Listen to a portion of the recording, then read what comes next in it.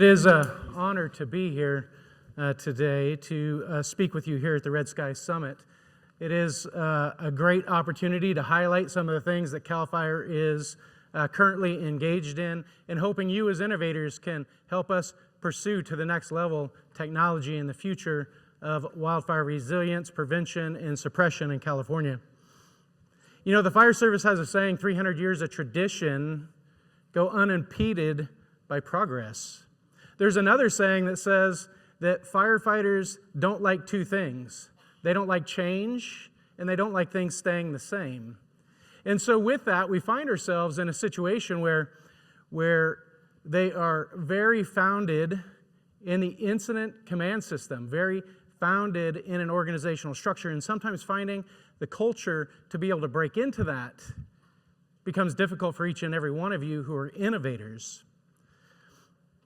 But today we recognize that we need to embrace technology and innovation. And in fact, in our 2019 strategic plan, we found ourselves in a situation in which we said one of our goals was creating an innovative workforce. Now, it's not to say that we didn't have it all along, but we really needed to focus on an innovative workforce to start breaking through to today's technology. Now, the 2024 strategic plan just came out, and one of the 6 primary goals is leveraging technology to make our jobs and our mission more efficient.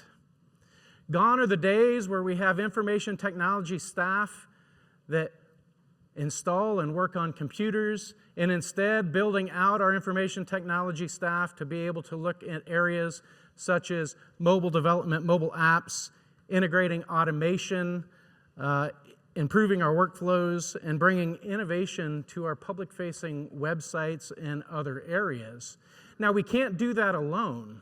And it was a great panel just before us, because talking to a former director when he went out into the private sector space recognizes that for so long the department was we can do it alone. But I'm here to tell you, and you all know this already, that we cannot do it alone. We cannot continue to progress without having all of our partners, including our nonprofits, our innovators, our local, state, federal, and tribal partners.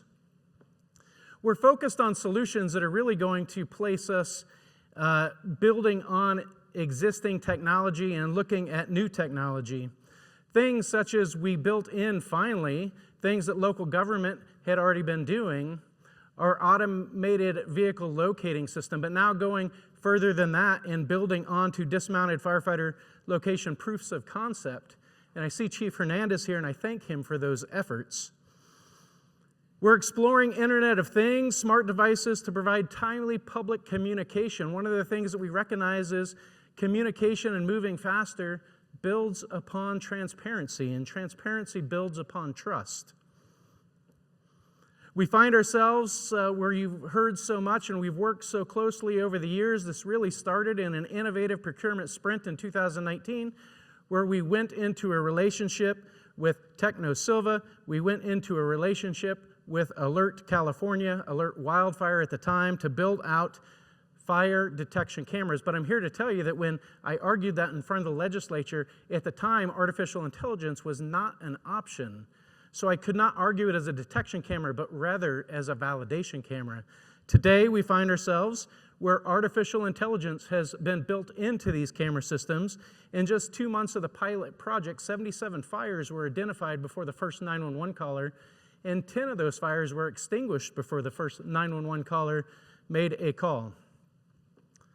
Now we have our Deputy Director of Technology in the room, Scott Gregory, who is here today on the advisory board, who also represents the Office of Wildfire Technology Research and Development. This was a DOD bill. The office connects the range of public and private partners to stay ahead of the curve and embrace technology.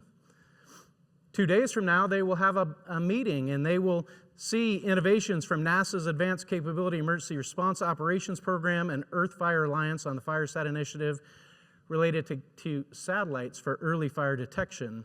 Now, as you heard earlier, we find ourselves embedding C-130's S-70Is, but I want to take a moment and recognize Pacific Forest Trust as being a sponsor with Senator Lamone to really build that resilience space to get us into a position where we can move resources and really put beneficial fire on the ground, moving resources much like we do in an emergency.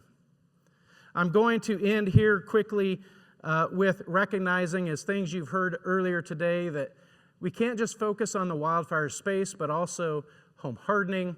We have to focus on fire and life safety and those other initiatives.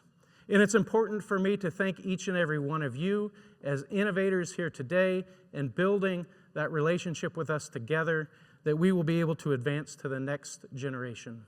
Thank you.